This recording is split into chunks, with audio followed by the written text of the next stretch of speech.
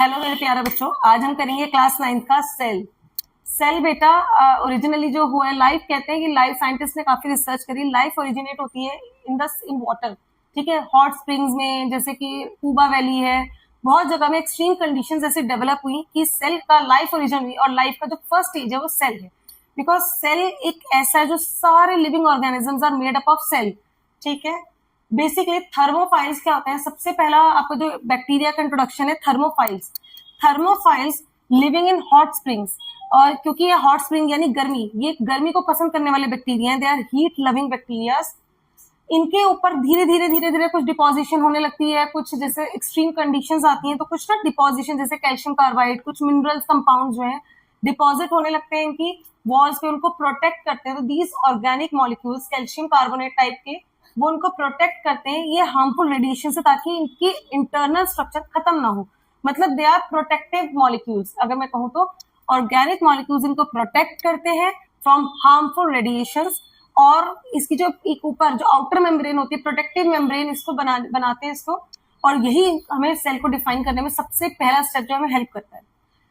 All living organism, जितने भी living organisms हैं, are made up of cells, ठीक है। सेल्स, मैंने अभी आपको बताया कि सेल यही कार्बोनेट्स, कैल्शियम कार्बोनेट, ये ऑर्गेनिक मॉलिक्यूल्स ही हैं जो सेल की फॉर्मेशन में हेल्प करते हैं, ठीक है। So this is your thermophile bacteria. यहाँ मैंने थर्मोफाइल बैक्टीरिया एक रफ फिगर ड्रॉ करी जिससे आपको समझ में आ जाए। देखो, थर्मोफाइल बैक्टीरिया ऐसे, यहाँ पे मान लो वाटर हॉट स्प्रिंग कहीं भी ग्रो कर रहा है, और कैल्शियम कार्बोनेट का ये जो मॉलिक्यूल है, कैल्शियम कार्बोनेट, ये इसके चारों साइड इस तरीके से फॉर्म करता है, और ये धीरे धीरे कॉन्टिन्यूसली डिपोजिशन होती रहती है। यही डिपोजिशन इस मॉलिक्यूल को, इस ऑर्गेनिक मॉलिक्यूल को प्रोटेक्ट करती है, और यही सेल्फ मेम्ब्रेन के फॉर्मेशन में सबसे इनिशियल स्टेप होता है, ठीक है। तो बेटा अब तक हमने सेल के बारे में पढ़ा कि सेल की एक्चुअल फॉर्मेशन जो है कैसे हुई। सेल जो है बेटा unit of, basic unit of life है। बेसिक यूनिट मींस मतलब सेल है, सेल मिलते हैं आपस में तो टिश्यू बनाते हैं, टिश्यू मिलते हैं आपस में ऑर्गन्स बनाते हैं, ऑर्गन मिलते हैं तो ऑर्गन सिस्टम बनता है, एंड ऑर्गन सिस्टम से एक ऑर्गेनिज्म बनता है, ठीक है। तो सेल हमने देखा स्टार्टिंग से स्टार्ट हुआ, मतलब cell is the basic unit of life and the basic functional and structural unit of life. Cells combine होकर टिश्यू बना रहे हैं, टिश्यू कंबाइन होकर ऑर्गन्स बनाते हैं, तो बेसिक यूनिट तो हमारी सेल हुई। बट सेल जो है हमारे पास दो टाइप्स के होते हैं। एक होता है यूनिसेल्युलर ऑर्गेनिज्म। यूनि का मतलब ये है वन, सिंगल। तो यूनि मीन्स सिंगल सेल्स, जैसे कि बैक्टीरिया हो गए, यीस्ट हो गया, तो these are unicellular organism. It means एक सेल, जैसे कि अमीबा एक बैक्टीरियल सेल है, एक सेल एक कंप्लीट ऑर्गेनिज्म होता है। एक कंप्लीट ऑर्गेनिज्म एक फंक्शनल ऑर्गेनिज्म होता है, मतलब सारा प्रोसेस करता है, डाइजेशन, एक्सक्रीशन एक ही सेल करता है, तो it is unicellular organism. Multicellular organism में क्या होता है, बहुत सारे cells, millions of cells are working together, ठीक है। मल्टी सेल्युलर सेल के अंदर क्या होता है, बहुत सारे सेल मिलकर, मतलब हर काम के लिए अलग अलग टाइप के सेल्स होते हैं, हर फंक्शन के लिए अलग अलग टाइप के सेल्स होते हैं, तो they are multicellular organism. Million of cells are working together, जैसे कि प्लांट्स, ह्यूमन, जो कि अभी हम फर्दर पढ़ेंगे मल्टी सेल्युलर के बारे में। बेटा ये जो सेल हमने पढ़ लिया कि cell is the basic and structural unit of life. अब इसके बाद क्या, देखो सेल्स मल्टी सेल्युलर ऑर्गेनिज्म में अभी हमने पढ़ा कि हर वर्क जो है डिवाइडेड होता है, ठीक है। तो हायरार्की ऑफ ऑर्गेनाइजेशन सब समझ जाएंगे कि कैसे एक पूरा ऑर्गेनिज्म जो है वर्क करता है। ग्रुप ऑफ सिमिलर सेल्स, मतलब वो सेल्स जो सिमिलर फंक्शन कर रहे हैं, सिमिलर स्ट्रक्चर है, सिमिलर दिखते हैं, तो group of similar sales performing similar function, मतलब सेम फंक्शन वो करते हैं, वो बनाते हैं टिश्यू। यानी ग्रुप ऑफ सेल्स ने क्या बनाया, टिश्यू बनाया। अब टिश्यूज ऑर्गेनाइज्ड होते हैं, ऑर्गेनाइज होकर ऑर्गन बनाते हैं, मतलब टिश्यू आसपास एक ऑर्गन की तरह एक्ट करते हैं। जब टिश्यू ऑर्गेनाइज हो जाते हैं, ग्रुप बना लेते हैं। अब जब ऑर्गन एक ऑर्गेनाइज्ड वे में काम करते हैं तो वो ऑर्गन सिस्टम बनाते हैं। और ये तो हमें पता है, कोई भी ऑर्गेनिज्म जो है, multi cellular organism, proper organ system के साथ ही काम कर पाता है, बिकॉज डिवीजन ऑफ लेबर हो जाता है। डाइजेशन अलग प्रोसेस करेगा, अलग ऑर्गन सिस्टम करेगा, रेस्पिरेशन अलग ऑर्गन सिस्टम करेगा। सो इस तरीके से जो हमारी सेल, इस तरीके से जो है सेल जाके एक ऑर्गेनिज्म तक बनता है। And this is hierarchy of organization, कि किस तरीके से चेंजेस आते हैं सेल्स जब ग्रुप बनाने लगते हैं तो किस एक ऑर्गेनिज्म फॉर्म करते हैं 3-4 स्टेजेस में। सेल एक बेसिक स्ट्रक्चरल यूनिट है, बेसिक स्ट्रक्चरल फंक्शनल यूनिट है। सेल ऑर्गेनाइज होके ऑर्गेनिज्म तक बन गया, मतलब सेल ने ऑर्गेनाइज हुआ, टिश्यू बनाया, टिश्यू से ऑर्गन्स बने, ऑर्गन से organ system, and organ system से ऑर्गेनिज्म। बट क्या मैं सेल को, सभी सेल्स को देख सकती हूँ? No, we can't able to see all cell types with our naked eye, okay, because हमारी आईज की एक लिमिट है, एक हम लिमिट तक ही ना चीजों को डिस्टिंक्ट कर सकते हैं, एक लिमिट के अक्रॉस हम नहीं देख सकते। So because of limit of resolution we can't able to see all the cell type. Limit of resolution क्या होती है ह्यूमन आई की?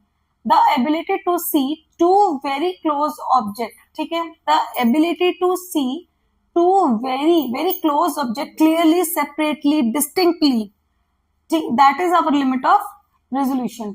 सो अगर हम क्लियरली दो ऑब्जेक्ट को क्लियरली, डिस्टिंक्टली, सेपरेटली देख पा रहे हैं तो वही हमारी लिमिट है, ठीक है। So most of the cells जो है बहुत छोटे होते हैं इस लिमिट से। अभी हम किन चीजों को क्या कैसे देख सकते हैं, आपकी एनसीईआरटी में एक पेज है, मैं वो शेयर कर दूंगी, सो आपको थोड़ा आइडिया हो जाएगा। इट्स जस्ट कि मैं आपको थोड़ा ओवरव्यू देना चाह रही हूँ चैप्टर का।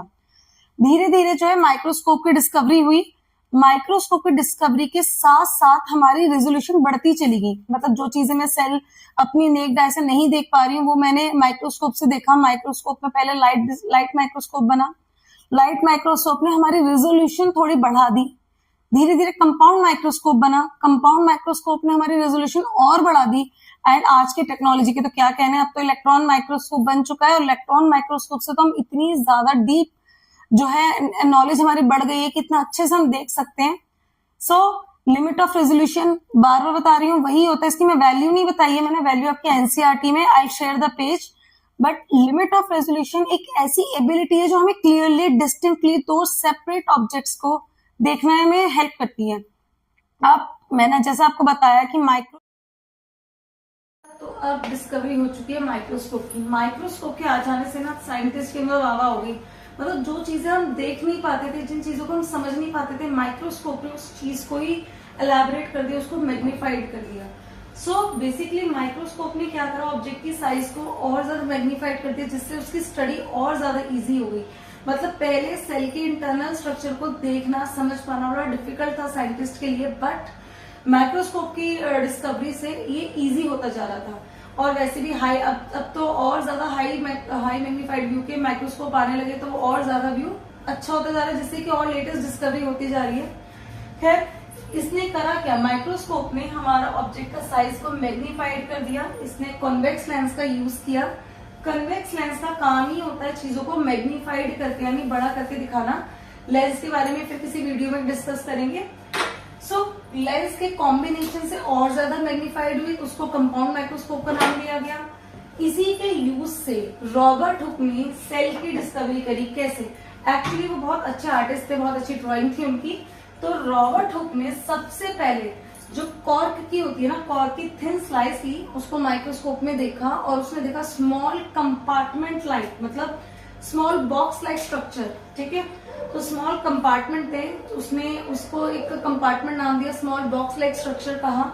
एंड 1665 की बात है, रॉबर्ट हुक ने उसको अच्छे से देखा, उसको ड्रॉ करा, मतलब उन्होंने पहले माइक्रोस्कोप में देखा, देन उसको ड्रॉ करी इमेज को, एक कंपार्टमेंट लाइक स्ट्रक्चर बनाया। धीरे धीरे इसी को सेल कहा। सो एक्चुअली रॉबर्ट हुक ने 1665 में सेल की डिस्कवरी करी, ये आपको याद रखना है। सो बच्चों, जैसे उन्होंने देखा, उस इमेज को ड्रॉ करी, और अब सेल को और ज्यादा जो है स्टडी होने लगी, क्योंकि माइक्रोस्कोप की रेजोल्यूशन बढ़ता जा रहा था। अब आगे की वीडियो में हम उसके सेल की